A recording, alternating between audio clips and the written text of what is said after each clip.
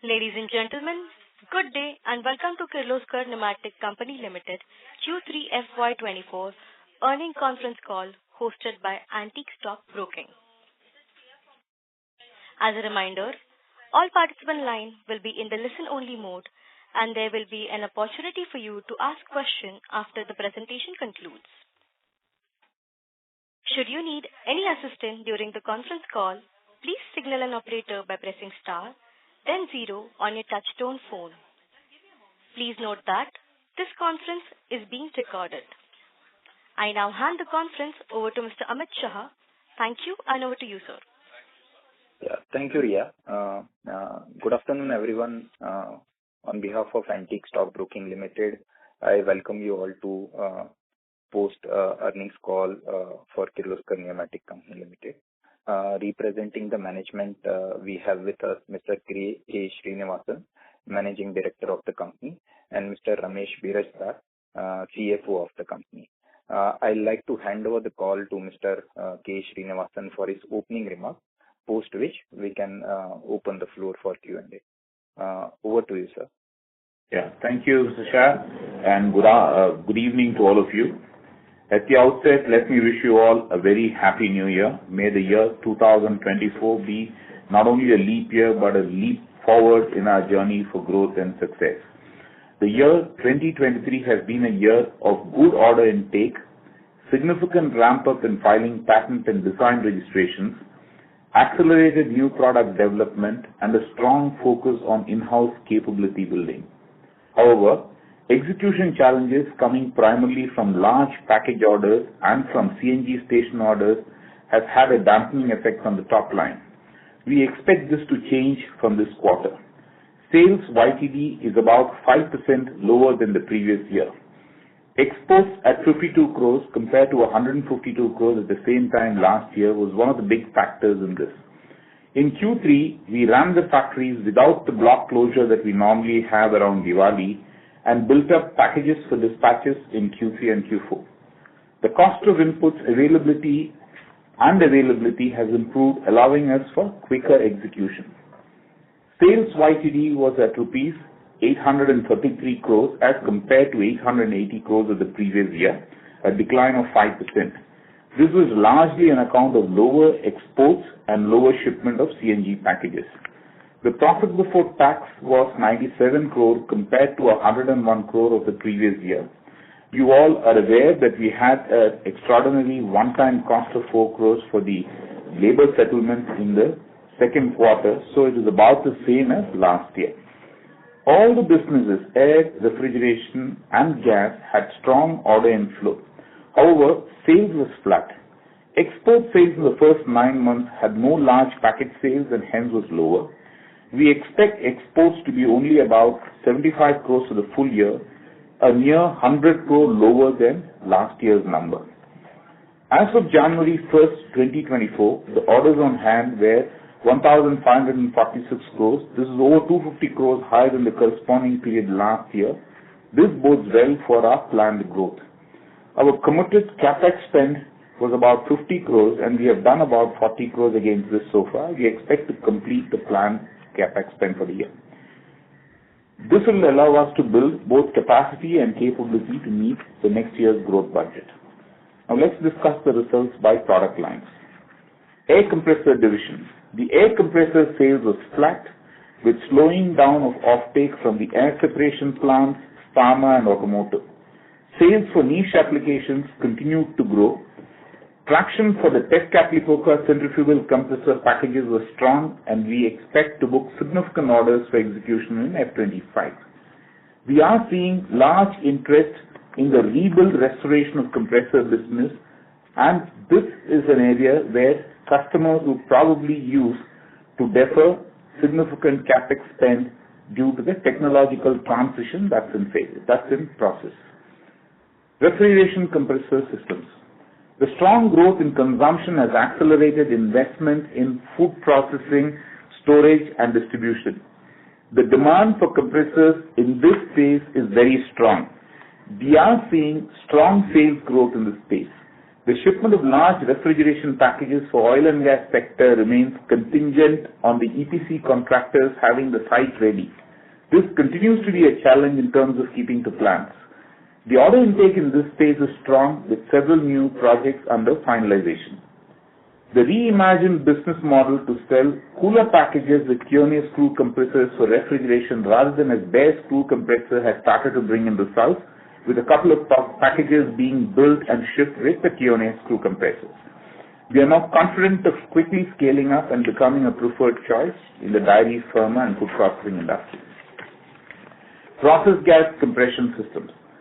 The packages that we shipped last year to the Middle East are running well and serve as a strong reference for us to seek to finalize several new orders which have been under discussion for quite some time. However, the current happenings, most of these finalizations are getting delayed in Middle East. We do expect no quick results in this region with what's happening there, but hopefully things should start finalizing by the second quarter next year. Our pledging effort to address the Southeast Asia market for oil and gas packages and spares has had its first success in Thailand. We will scale this up going forward. We are more positive about outcomes in this area. Shipment of gas packages in India continues as planned and we remain the largest player in this space. Dispatch of CNG packages continues to be a challenge. The redeeming feature is the accelerating demand for the Kelana booster compressor packages. We end up selling more Kelanas than CNG packages this year, and we believe the offtake of CNG packages too will pick up going forward. We continue to participate in developing the biogas business with the standardized compressor packages for various biogas plants. We have finalized several orders and expect this to progressively scale up going forward. The O&M service business continues to get streamlined with better payment cycles and a more predictable growth in the business demand. Outlook for Q4. With the increased viability of CNG gas, both for the customer and for the CGD companies, we expect to see a strong revival in the CNG installation pace. We have pending orders that need clearances for dispatch to several large customers, and we have to see this happening from Q4. We also have orders in this space for execution for F25. We are confident that we'll be able to catch up in our growth momentum since we have about 500 crores to do in Q4 and hope to see that we are on a journey to do a 2,000 crore company in the next 2 years. Before I request the CFO, Mr. Ramesh Birazda, to bring in the financials, I'm going to request the company secretary, Mr. Jitendra Shah, to read out the safe harbor clauses, please. Thank you, sir. The presentation uploaded on the website of the company and discussion on the financial results during the earnings call may contain statements relating to future business developments and economic performance that could constitute forward-looking statements. While these forward-looking statements represent the company's judgments and future expectations, a number of factors could cause actual developments and results to differ materially from expectations. The company undertakes no obligation to publicly revise any forward-looking statements to reflect future events or circumstances. Further, investors are requested to exercise their own judgments in assessing various risks associated with the company and also the effectiveness of the measures which taken by the company in tackling them as indicated during the discussions. Thank you. Ramesh, can you take forward with the financial performance, please? Okay. Thank you. Good evening. I trust you had the chance to review the results recently posted on the BSE and NSE website subsequent to the conclusion of the board meeting.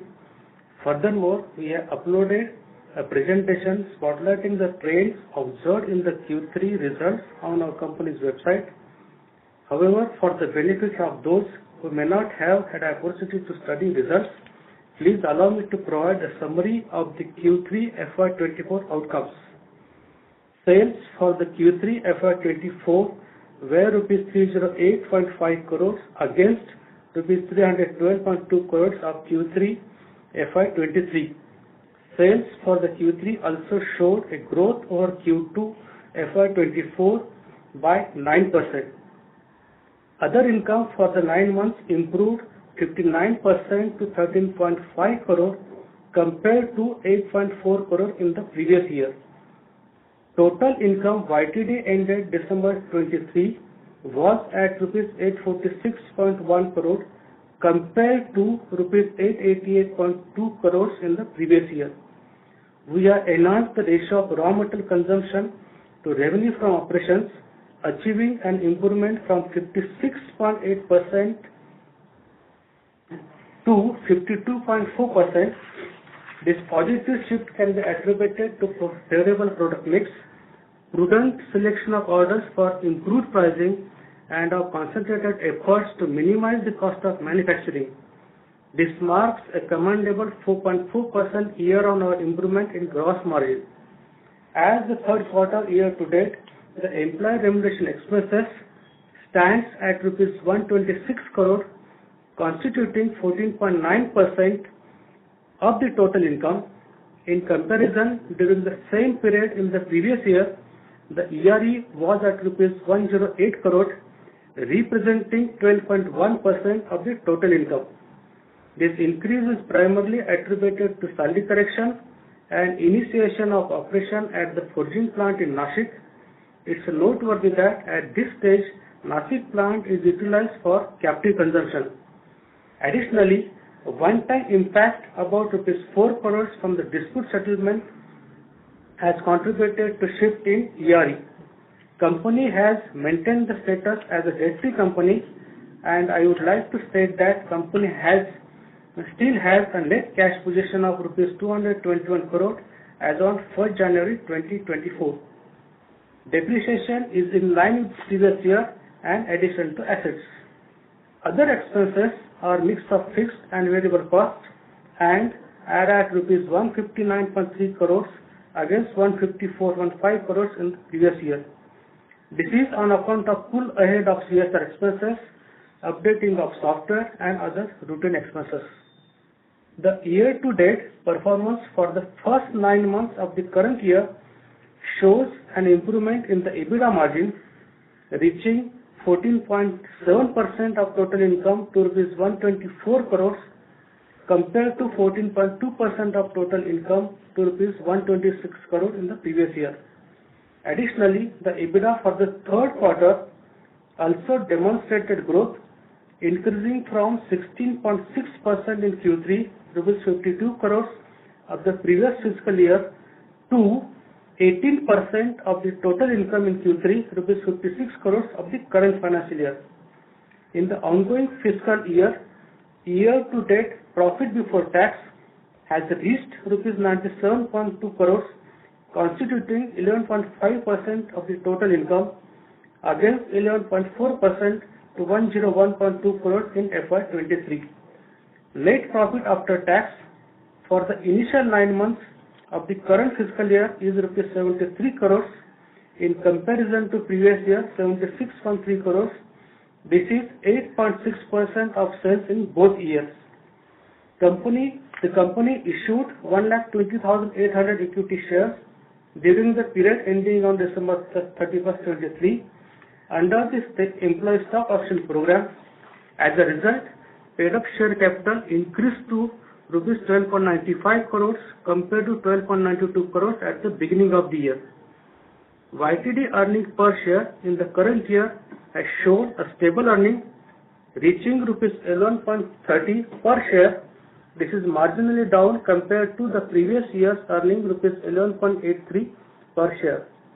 In line with our dividend policy, the Board of Directors has approved an interim dividend of 125% on face value of rupees 2 per share, that is 2 rupees 50 per share.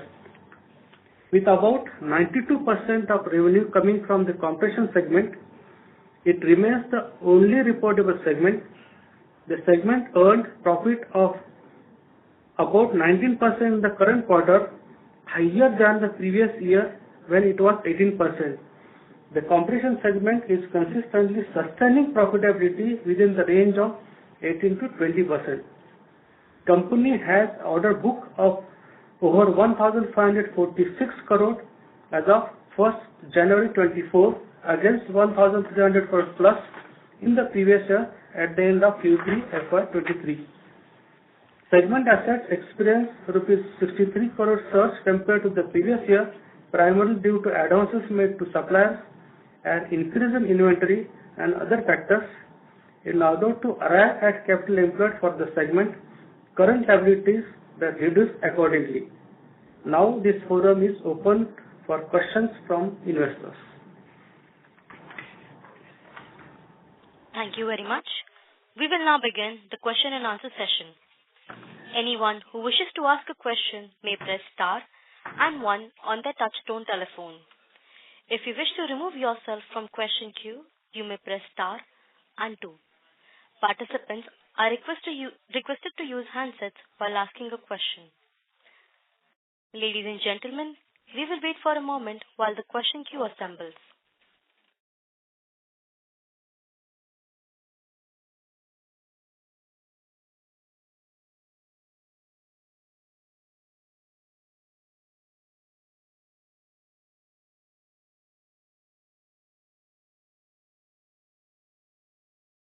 A reminder to all participants, you may press star and 1 to ask a question.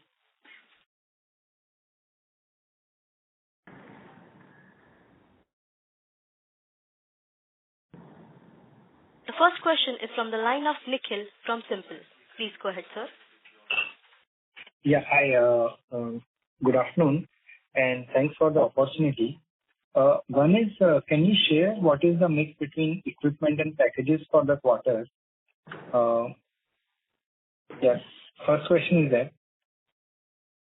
Yeah, so like we said all along, our package sales is roughly 60%, equipment is 40%. This quarter it is about 50-50. So we had more and more equipment sales. Consequently, the product mix has been favorable. Okay, so that explains the gross margin expansion. Partly yes, partly also there has been a better operating improvement coming out of both pricing power as well as lowering of the input costs. That's the material management. Okay.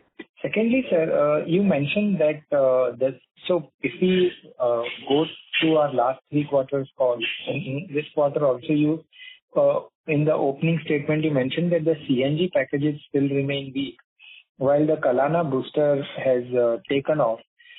Can you help us understand over the 9 months, what is the revenue from the CNG and how is the scale up on Kalana? I'll give you an overall number. The sale in the segment which goes into the natural gas distribution, that is the Kalana and the CNG combined, is about 30 crores lower than what it was for the corresponding period last year.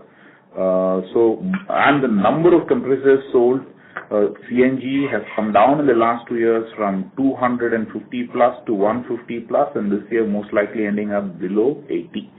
So that's the kind of a decline you're seeing in the CNG packages. The Kalanas have been, we probably will end the year somewhere between 80 to 100 packages sale. Okay. And that was almost nothing last year. So that's the entire thing is a growth. So in absolute numbers, you would probably have more dispatches of Kalana and CNG combined this year than last year. But you must understand that the Kalanas are almost 1/3 or even less, 1/4 the price of a CNG package.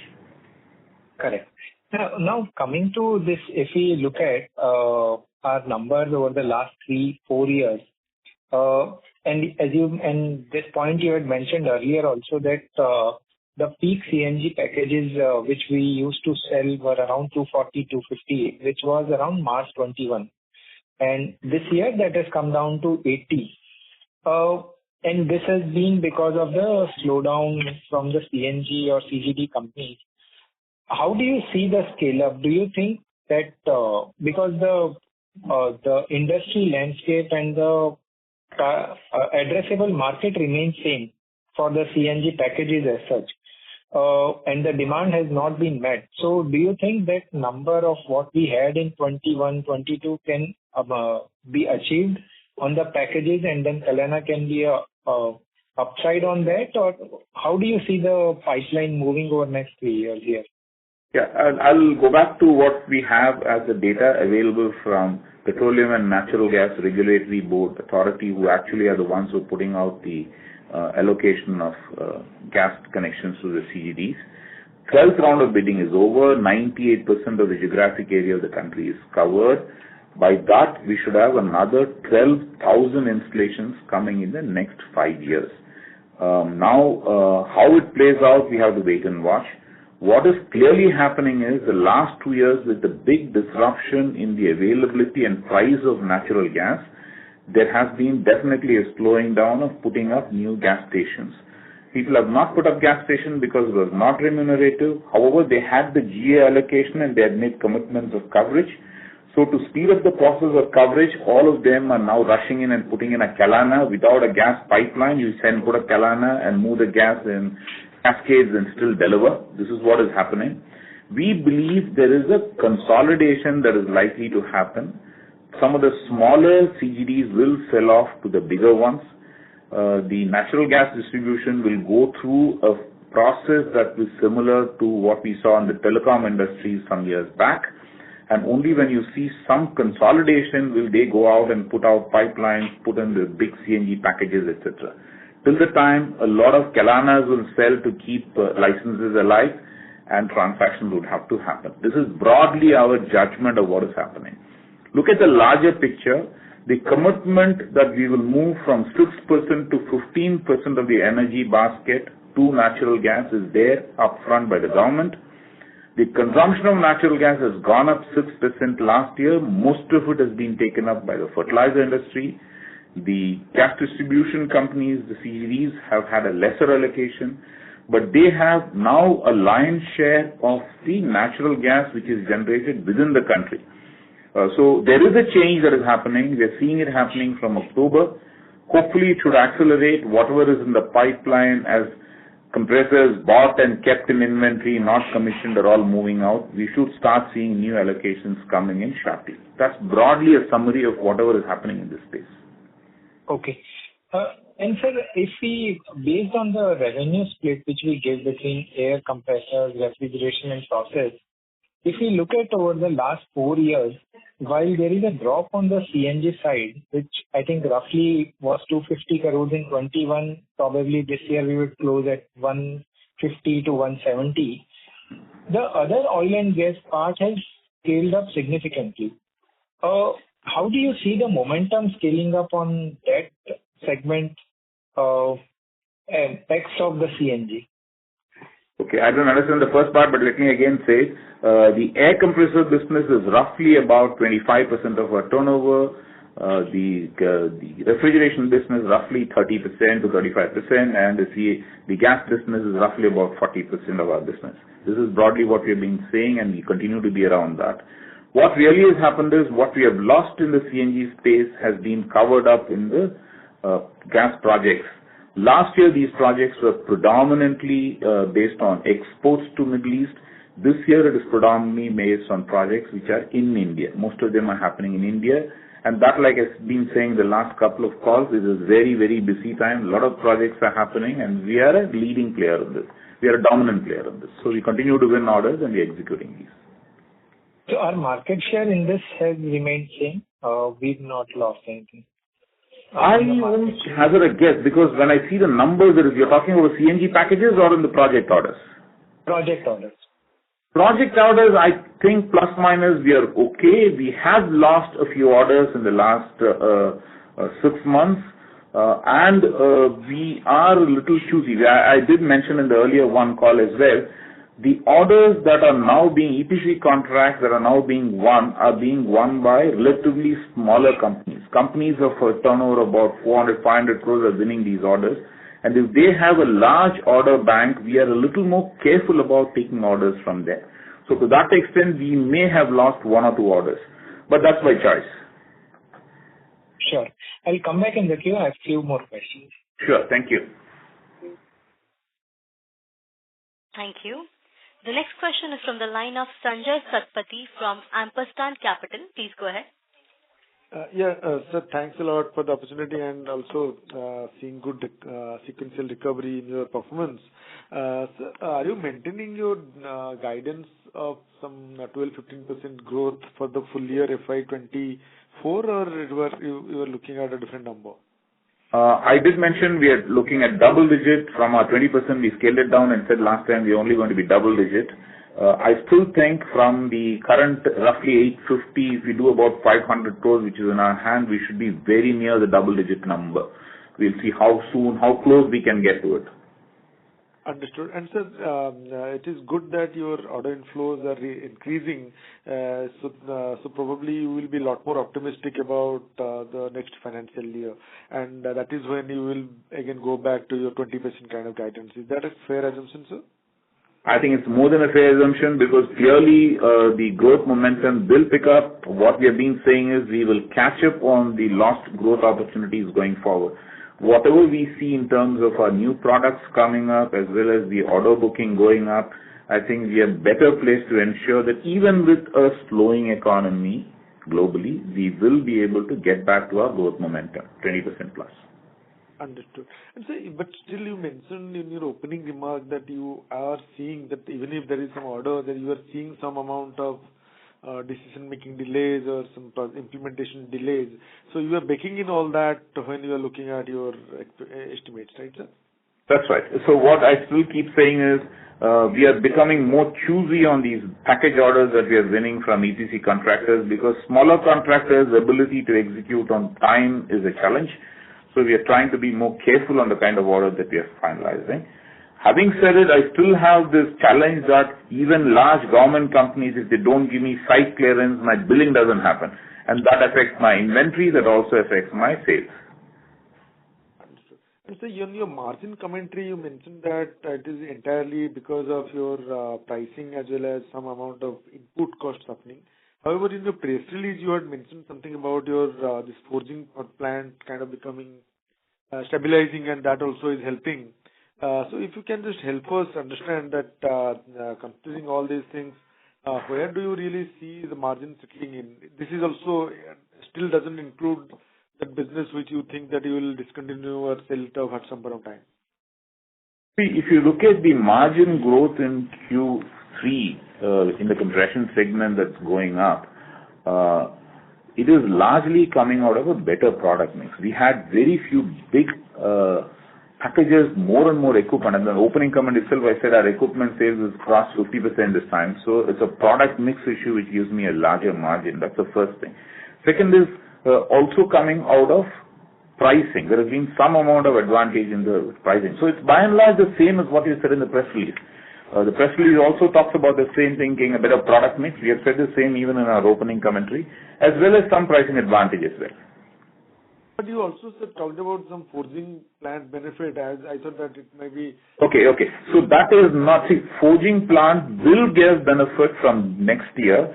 This year, we have just in December, we have started commissioning. It's an internal invoicing that has started. The sales actually has to happen as a product outside the company. So that will also improve my margin going forward. So I mentioned clearly it's going forward. Understood. So no, I mean, I thought that because you were sourcing it internally, there will be some benefit and then subsequently from outside. Absolutely. Understood. And so where do you think the margin can really stabilize considering this, all these developments? Yeah, so the long-term guidance we always keep saying is the same.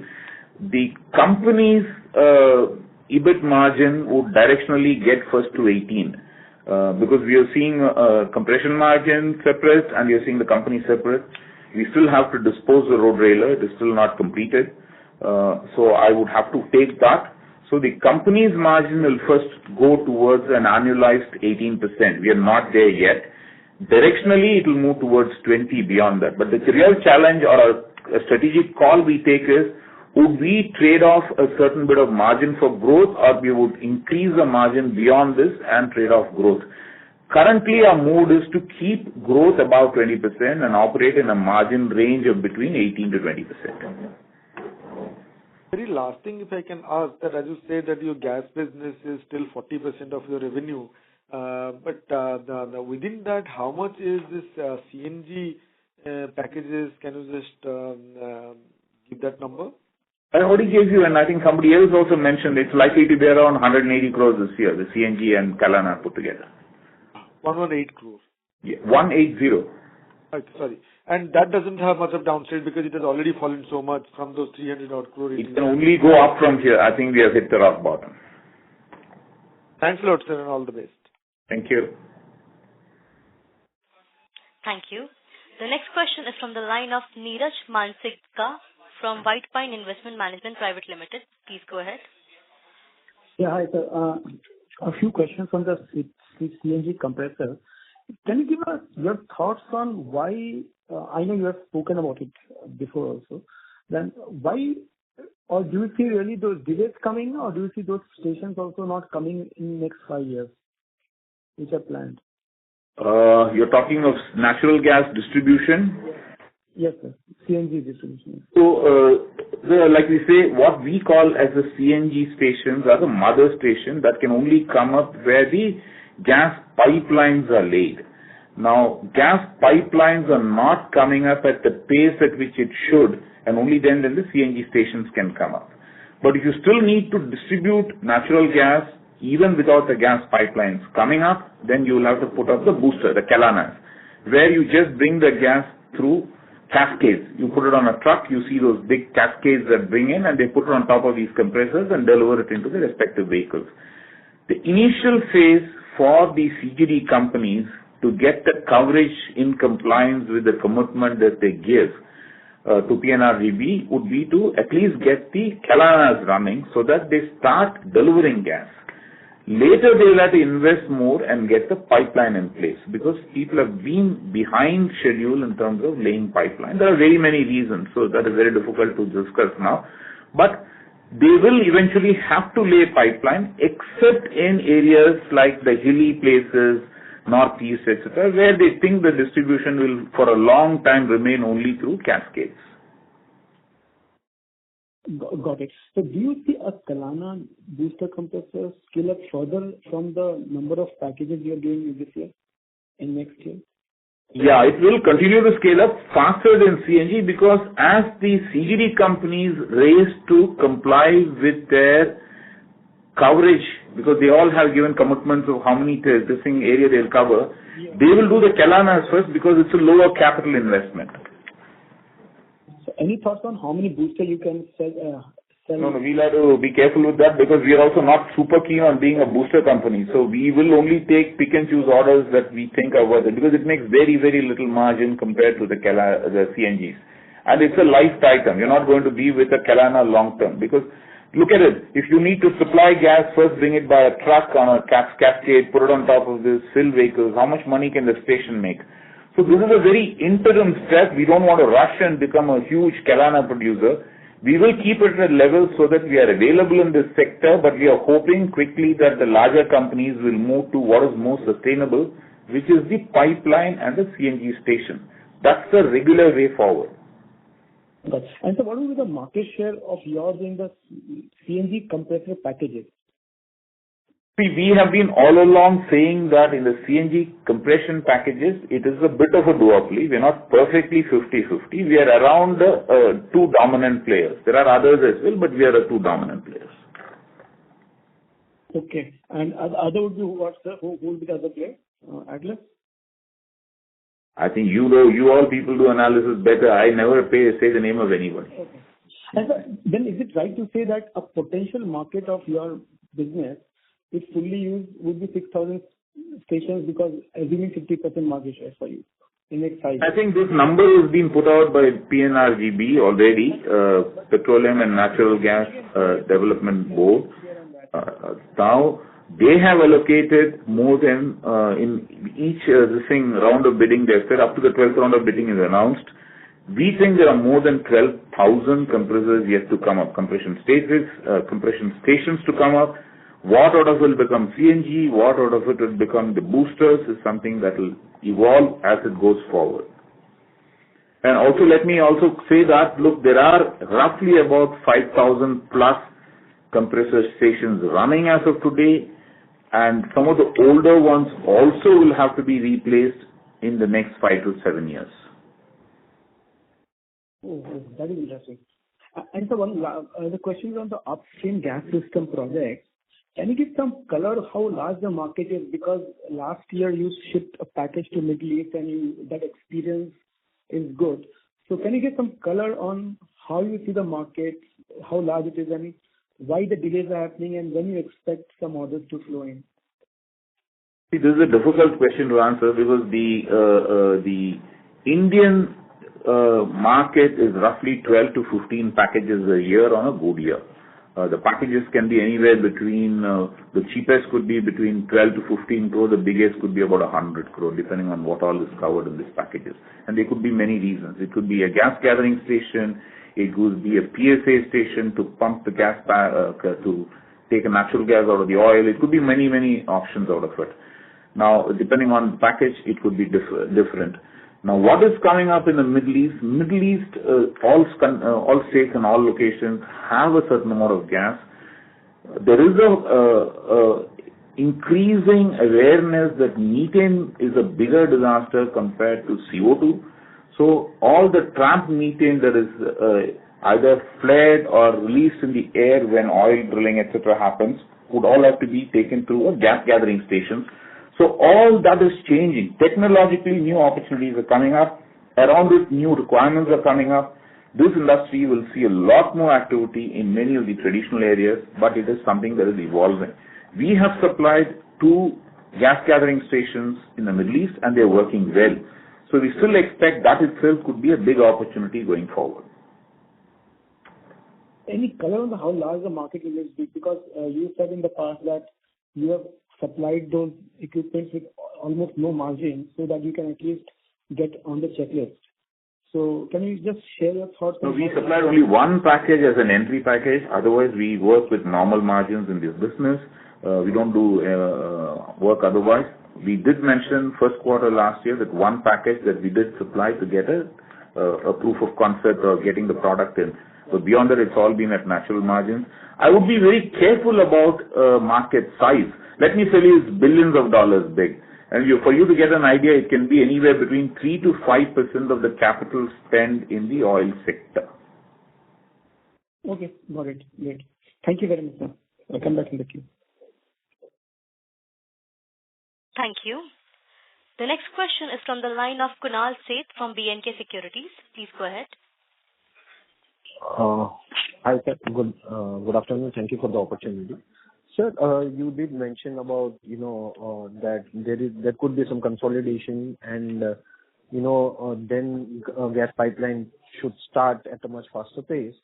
So my question is around, does that essentially change the landscape in terms of your market size? If some of the kilanas have already been put, does that substitute your market, or is it an additional opportunity? Generally, if a consolidation happens, first of all, the pipeline laying activity could start, and there will be actually to start with new CNG station orders. The kilanas will all be relocated into areas where the pipelines are currently not there. So nobody is going to discard them. That's going to be the first phase. Also, some of the older boosters that have been around. Boosters have been around in some of the parts where the old gas pipelines were not there. They will all also need to get replaced. So our market size from here can only get bigger. The opportunity should get bigger, the size should get bigger as the execution starts. And all this is driven not so much about the consolidation, also by the fact that government clearly has mandated that the natural gas as a part of the energy basket should move from 6 to 15%. This is big. So we're talking of not only an organic growth, but a substitution growth coming up. So I think we will see big growth in this. Okay.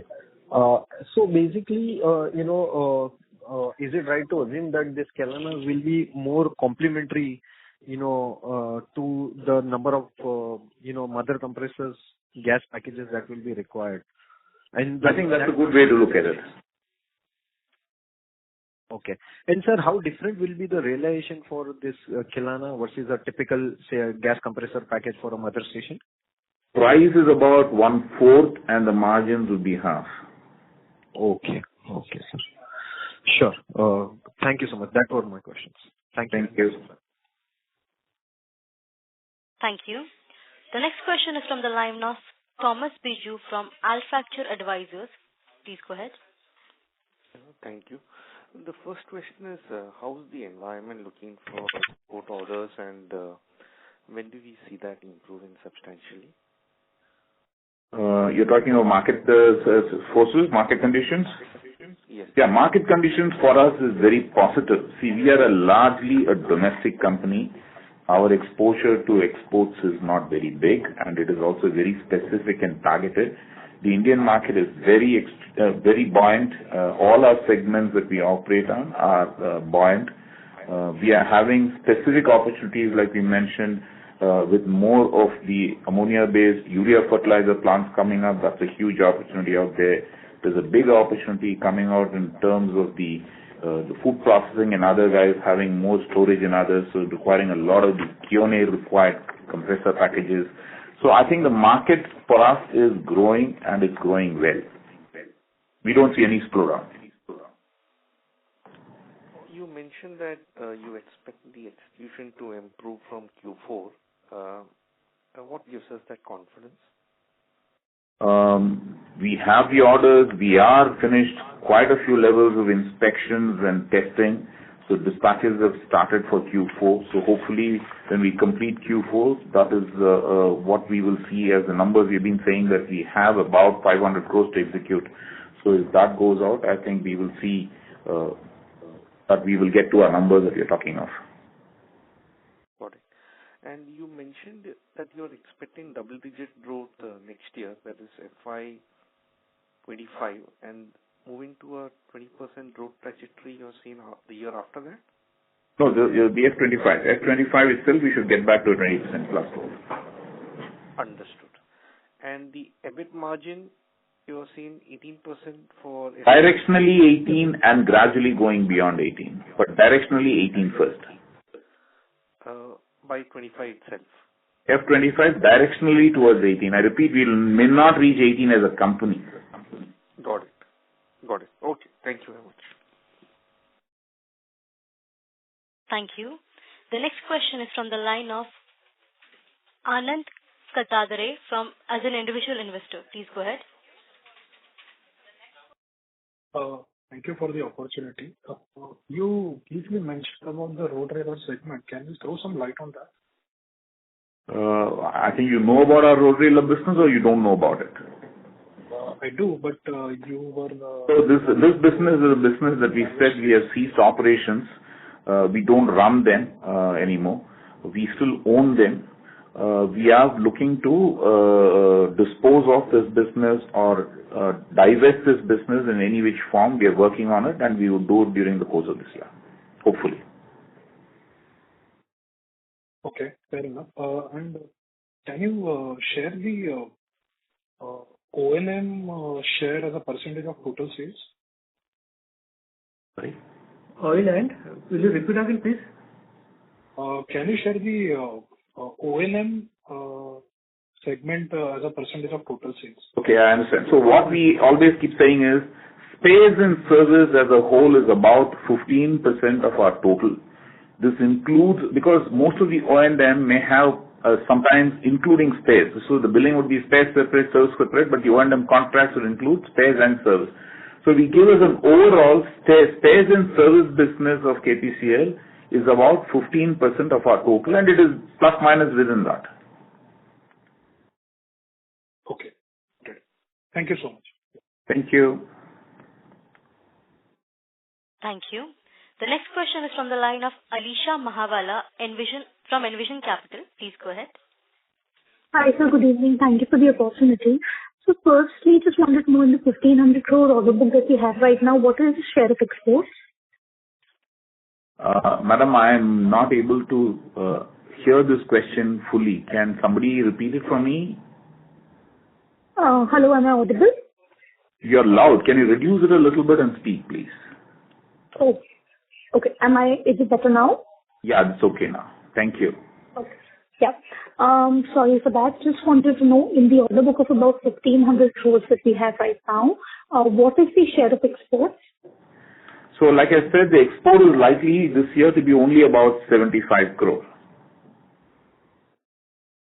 No, I did get that number. I'm saying in the order book that we have, because a large part of this will be executed over 2 quarters or 3 quarters of FY25.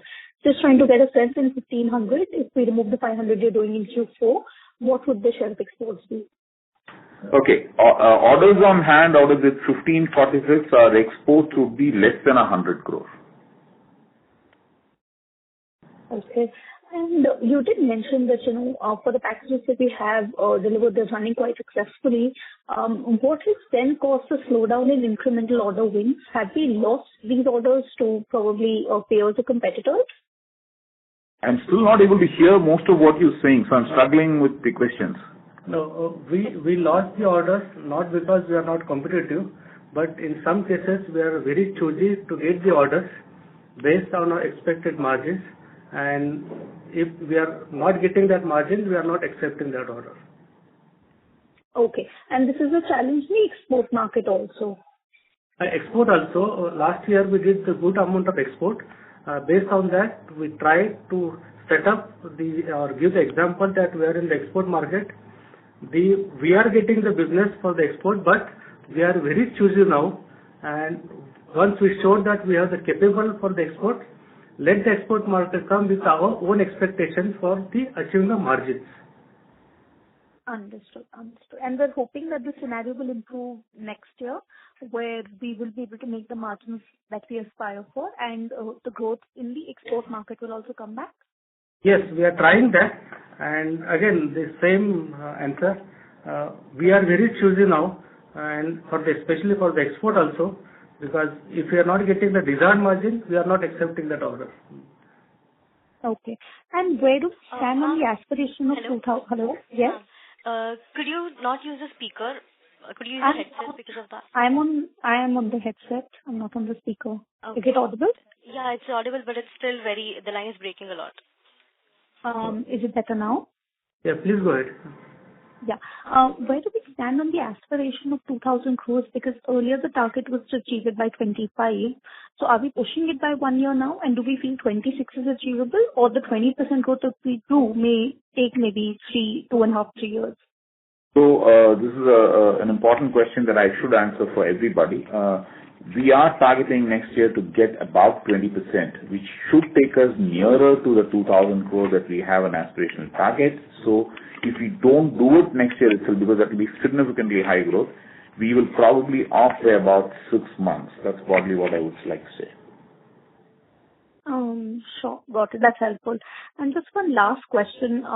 We did mention during the call that we are witnessing a higher share of sale of the Kalana booster compressors, and also we are currently witnessing lower exports, which is also part of our order book.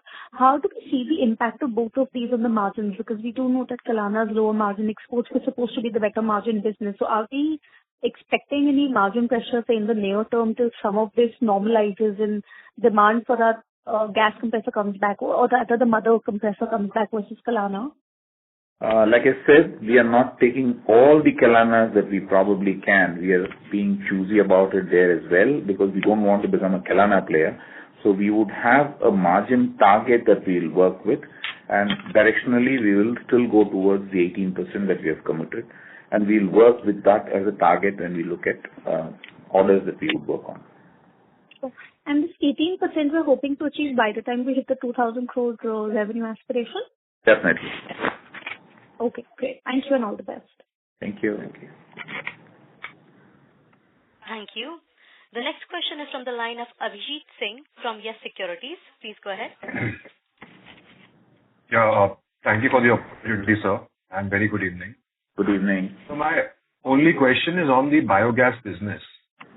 So how do you see that ecosystem scaling up right now? I mean, the last 1 to 2 quarters, we have seen strong ordering happening there, a few plants being set up.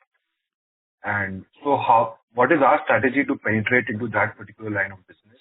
And what is the competition? So I think it's a good question, so I should explain a little bit around biogas. First is, this is an area of great interest for the company, and it's an area of focus for the country. The announced introduction of biogas to be blended with natural gas has been announced at 1% for F25 and going up to 5% before 2030. So that means every year they'll add increase 1% of the natural gas should come from biogas. The SATAT scheme has been announced. The price of the oil marketing companies should, and the CGD should buy the biogas as set by the government. So there is a huge support to ensure there is more biogas plants. Unlike earlier when only smaller players were all trying to set up, today large corporates have also made announcements that each of them are talking of setting up between 100 to 150 biogas plants going forward. So this is an area of big interest for us and we are working on it extensively. What is happening now is significant amount of quotes are going out every month, but the finalizations have been relatively small, 1 or 2 packages of what is coming. There are today 2 proven ways by which biogas can be made depending on the biosource.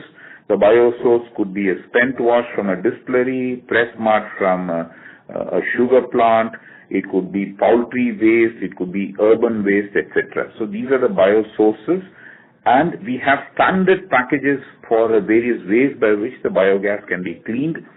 We are the only one who can have a pure indigenous compressor packages, be it for filling into cascades or be for piping it into pipelines if they are available nearby. So we are a serious player in this. We are working hard with all the major biogas setting up people, and we hope to see this an important play. But having said all this, I must caution, this is still relatively small even compared to the overall natural gas business. So if our natural gas business is something which we are doing at a next level, this is going to come up much, much slower than that. Interesting, important, and something that the company is seriously working with as a major player. Right. So right now, our sales to this particular segment is pretty low. That is what. Yeah, we would probably do 5 packages to 10 packages a year. And in the next 1 year, with the kind of investments that we are envisaging coming in from large corporates, etc., so this number should pick up ideally. We hope so. See, unless people do something different than what they're currently doing, if somebody finds a way by which this biogas at some stage is converted into green hydrogen or something. See, some of these projects that are working on large numbers would have a delta in terms of what they're trying to do. Then the order booking can be much bigger and executions will also be pretty fast. See, today a couple of plants that we set up 2 years back, when I see them running, they're running at 20%, 30% efficiencies. So this is something which is a technology itself has to mature. Right. So I was trying to understand from the technology perspective only. Yeah. So it is for you to get a scale, you should understand that this is 15 years behind what ethanol was. All right. I mean, by the kind of interest some of the companies are showing in this space, I would have assumed that 15 years would be a long time. I mean, in the sense that. So at the moment, we are seeing more heat than light. All right. Understood. Thanks a lot, sir. That is the only question I had. Thank you. Okay. Thank you. The next question we have is from Prolin Nandu from an individual investor. Please go ahead. Yeah. Hi, sir. Thank you for taking my question. I just wanted to, again, on this 2,000 crores kind of a run rate, right? What has been a major disappointment for the last 3 quarters has been the CNG orders have not been coming in, and also some bit on the export market. So let's say hypothetically, these things don't fire up as we expect them to be. Are there any white spaces which we can fill in terms of either product innovation or the service offering that will ensure that this company continues to grow at 20% level? Because I remember in one of the conferences you said that, rather than looking at Pneumatic as a compressor company, we are in a way an engineering kind of a company. If we leave aside these 2 macro issues which are in a way not in our hand, can we still continue to grow at 20% by innovating, by launching new products? I think this is again an important question for all investors. See, really what we have done in the last year, and I was just saying the same with our board as well in our discussions. Achievement is what the world outside can see. Satisfaction is what we get out of what we have been doing internally, and they have to get to a point of synchronicity. Today, a lot of work what we have done in terms of creating IP, I did mention in my opening comment, in terms of IP, in terms of new products, in terms of building capabilities, All that gives us a competitive advantage and allows us to build and bring to the market products which are very competitive, which will give us a right to win in many spaces. We can only announce those products and launches as and when they actually get out there. So you will see a lot of exciting things coming. We are quite confident when we talk about a 20% growth sustainable over periods of time, double-digit growth at least. There is a lot of things that's happening within that will give us that confidence. We continue to remain very bullish about what we are building up, and we think that we have it in us to deliver better solutions, better products going forward. Sure. Thank you, sir, for that clarity. The second question was on the margin. Right now, there were a couple of drags which were outside our compressor business, which were the reason why the margin on the company level was not the same as what the compressor segment used to earn. And one of them was railroad, right? So two questions to that margin aspiration of 18%. One is that why is there a delay to sell off the railroad business? Is there a drag of that business still there in our numbers? And thirdly, as you mentioned, as soon as our forging plant starts, and correct me if I'm wrong, this will be used for internal consumption to make motors, and then maybe if we have some capacity, we'll sell it outside as well. So then, as soon as that plant hits the, starts earning revenue, is it fair to say that this convergence will happen at a much more faster pace than what we have seen in the past? Okay, to answer your last question first, the Nashik forging fabrication plant is commissioned and running from December in terms of billing internally. This will scale up in terms of, because it is stabilized, now you'll have to scale up in terms of volume, and it will increasingly get in. At least 75% would be internal to start with, and we'll only do external after we meet our internal requirement. The forging plant will primarily make blanks for our rotors, for our gears, which goes into our centrifugal, and also to some amount of gears that we sell to the railways. So this is broadly the area of work. It gives us a very strong competitive advantage in these space. We have only two areas which we said were a drag. One was the transmission business and the other one was the road railer. Transmission business, we have repurposed it. We use it for our centrifugal and we do sell our extra capacities to the railways. It is not losing cash even as we speak today. At the end of the year, it will probably not even make a loss even in the PBT level. And it will definitely not make any more losses once the forging business runs flat. So that's one thing out of the books. The road railer, we have been trying to find a more logical owner for it. This is a process, and since we are pretty open about wanting to get rid of it, I think the kind of prices and the ask is very unreasonable. Even some people who have put in bids have then come back to renegotiate downwards, which we think is not done. So we are not rushed or being forced to sell at a price. We will do it at a right price.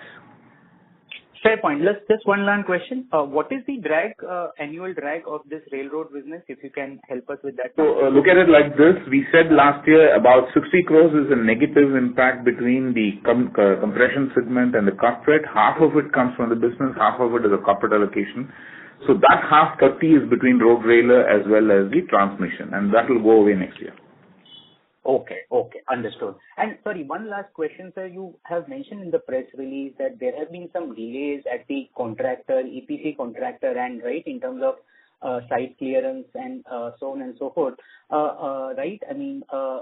So is this for the export business, or are you talking about the domestic business? It's all domestic because there is no more big export packages going on.